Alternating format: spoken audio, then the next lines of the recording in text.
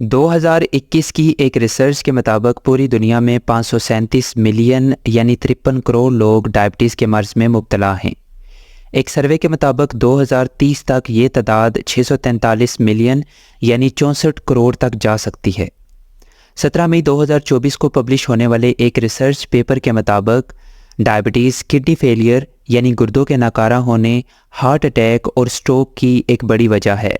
लेकिन हैरानकुन बात यह है कि कुछ स्पेसिफिक फूड्स का इस्तेमाल करके डायबिटीज़ को ना सिर्फ कंट्रोल किया जा सकता है बल्कि क्योर भी किया जा सकता है। नंबर 1, बिटर गॉर्ड यानी करेला। बिटर गॉर्ड के अंदर कारेंटीन और पॉलीपेप्टाइड पी मौजूद होते हैं जो कि खून के अंदर ग्लूकोज के लेवल को रेगुलेट करते हैं। इसी के साथ साथ ये केमिकल्स ज़्यादा से ज़्यादा इंसुलिन को सिक्रीट करवाते हैं और जिस्म को इंसुलिन रेजिस्टेंस से बचाते हैं। करेला पेंक्रियाज को भी मुख्तलिफ बीमारियों से बचाता है, यानी पेंक्रियाज की सेहत के लिए करेला बहुत ज़्यादा मुफीद है। पेंक्रियाज वो आर्गन है जहाँ पर इंसुलिन तैयार होती है। डायबिटीज़ का एक बड़ा मसला ऑक्सीडेटिव स्ट्रेस है। ऑक्सीडेटिव स्ट्रेस का मतलब डायबिटीज़ के मरीजों के अंदर रिएक्टिव ऑक्सीजन स्पीशीज़ बहुत ज़्यादा बनती हैं। ये रिएक्टिव ऑक्सीजन स्पीशीज़ हमारे सेल्स को नुकसान देती हैं। इसी के साथ साथ मुख्तलिफ केमिकल्स जैसे कि लिपिड्स, प्रोटीन्स और डीएनए को भी नुकसान देती हैं, जिसकी वजह से ये रिएक्टिव ऑक्सीजन स्पीशीज़ मुख्तलिफ बीमारियों जैसे कि हार्ट डिजीज़ और कैंसर की वजह बनती हैं। बिटर गॉर्ड के अंदर मौजूद विटामिन ए और सी इस ऑक्सीडेटिव स्ट्रेस को कम करता है। बिटर गॉर्ड को आप पका कर इस्तेमाल कर सकते हैं या इसका जूस बनाकर इस्तेमाल कर सकते हैं। मुख्तलिफ न्यूट्रिशनिस्ट खाली पेट करेले के जूस को पीने का मशवरा देते हैं। बिटर गॉर्ड का टेस्ट यानी जायका बहुत कड़वा होता है, लिहाजा इसका बेहतर हल ये है कि आप इसे पाउडर्ड फॉर्म में कन्वर्ट कर लें और इस पाउडर को आप पानी के साथ इस्तेमाल करें। नंबर 2, ब्लैक प्लम यानी जामुन। ब्लैक प्लम के अंदर कुछ एक्टिव कंपाउंड्स जैसे कि जेम्बोलाइन और जेम्बोसाइन मौजूद होते हैं जो कि ब्लड के अंदर शुगर के लेवल को कम करते हैं और इंसुलिन के काम करने को इन्हेंस करते हैं, यानी इंसुलिन के काम को बूस्ट करते हैं। जामुन का फ्रूट और सीड्स दोनों डायबिटीज़ के मरीजों के लिए फ़ायदेमंद हैं। रोज़ाना 15 से 20 जामुन खाने से ब्लड के अंदर शुगर का लेवल मेंटेन रहता है। इस फ्रूट के अंदर मौजूद विटामिन ए और सी इम्यून सिस्टम को भी तेज़ करता है। ब्लैक प्लम के सीड्स को पीस कर पाउडर बना लें और इस पाउडर को पानी के साथ इस्तेमाल करें, जो कि डायबिटीज़ को कंट्रोल करने का एक बेहतरीन हल है। इसके साथ जामुन ऑक्सीडेटिव स्ट्रेस और इन्फ्लेमेशन को कम करते हैं, जो कि डायबिटीज़ के मरीजों के अंदर मेन इश्यूज हैं। Number 3, green leafy vegetables. सब्ज़ पत्तों वाली सब्जियां जैसे कि पालक यानी स्पिनिच और मेथी यानी फेनुग्रीक ब्लड के अंदर शुगर के लेवल को कंट्रोल करने का एक बेहतरीन जरिया है।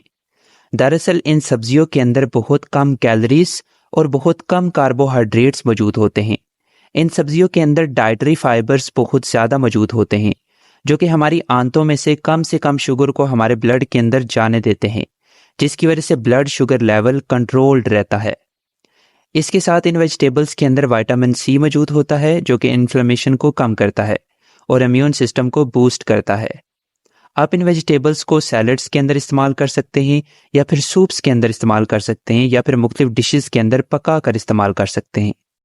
इसके बाद है chia seeds. Chia seeds diabetes के लिए एक बेहतरीन हल है। इनके अंदर सॉल्युबल फाइबर बहुत ज़्यादा होते हैं, जिसकी वजह से हमारे मैदे के अंदर जाकर ये जेल की तरह बन जाते हैं, जिसकी वजह से कम शुगर हमारे ब्लड के अंदर एब्जॉर्ब होती है। इसी के साथ इनके अंदर ओमेगा 3 फैटी एसिड मौजूद होता है जो कि इन्फ्लेमेशन को कम करता है और इंसुलिन सेंसिटिविटी को बढ़ाता है। वो लोग जो अपना वज़न कम करना चाहते हैं, चिया सीड्स उनके लिए बहुत ज़्यादा फ़ायदेमंद हैं। चिया सीड्स को इस्तेमाल करने का बेहतरीन तरीका ये है कि इसे इस्तेमाल करने से पहले कुछ देर पानी में भिगो दें, फिर आप इसे दिन में किसी भी टाइम इस्तेमाल कर सकते हैं। चिया सीड्स से बेहतर फ़ायदा लेने के लिए आप इसे खाने से पहले इस्तेमाल करें। आप चिया सीड्स को सैलड्स और योगर्ट के अंदर भी इस्तेमाल कर सकते हैं। इसके बाद है ओट्स यानी जौ। ओट्स के अंदर सॉल्युबल फाइबर और बीटा ग्लूकैन बहुत ज़्यादा अमाउंट में मौजूद होता है, जो कि ना सिर्फ डाइजेशन के अमल को आहिस्ता करते हैं बल्कि कार्बोहाइड्रेट्स की ब्लड के अंदर एब्जॉर्प्शन को भी कम करते हैं। ओट्स का ग्लाइसेमिक इंडेक्स बहुत कम होता है। इसका मतलब यह है कि अगर हम बहुत ज़्यादा ओट्स इस्तेमाल करते हैं तो हमारे ब्लड के अंदर ग्लूकोज का लेवल इतनी जल्दी इंक्रीज नहीं होता। इसी के साथ ओट्स के अंदर मौजूद मैग्नीशियम ग्लूकोज के मेटाबॉलिज्म यानी ग्लूकोज की तोड़ फोड़ में इन्वॉल्व होता है। आप ओट्स को मुख्तलिफ वेजिटेबल्स के साथ इस्तेमाल करके उन वेजिटेबल्स को और ज़्यादा हेल्दी बना सकते हैं। इसके बाद है बेरीज, जैसे कि ब्लूबेरीज, स्ट्रॉबेरीज और ब्लैकबेरीज। बेरीज के अंदर एंटीऑक्सीडेंट्स, फाइबर्स, विटामिन्स मौजूद होते हैं, जिसकी वजह से ये डायबिटीज़ के मरीजों के लिए एक बेहतरीन हल है। इनके अंदर मौजूद विटामिन सी और पॉलीफेनोल्स ब्लड शुगर लेवल को कम करते हैं और इंसुलिन सेंसिटिविटी को बढ़ाते हैं, यानी इंसुलिन के काम को तेज़ करते हैं। इसी के साथ बेरीज का ग्लाइसेमिक इंडेक्स बहुत लो होता है, यानी इनके खाने से आपके ब्लड के अंदर ग्लूकोज का लेवल इतनी जल्दी नहीं बढ़ता जितना दूसरे फ्रूट खाने से बढ़ जाता है। आप इन बेरीज को रॉ फॉर्म में खा सकते हैं या सैलड्स वगैरह के अंदर इस्तेमाल कर सकते हैं। इसके बाद है बीन्स, जैसे कि चिक पीस, किडनी बीन्स और सोयाबीन्स। बीन्स प्रोटीन्स, फाइबर्स और मुख्तलिफ एसेंशियल न्यूट्रिएंट्स का बेहतरीन जरिया हैं और इनका ग्लाइसेमिक इंडेक्स लो होता है, जिसकी वजह से ये डायबिटीज़ के मरीजों के लिए फ़ायदेमंद हैं।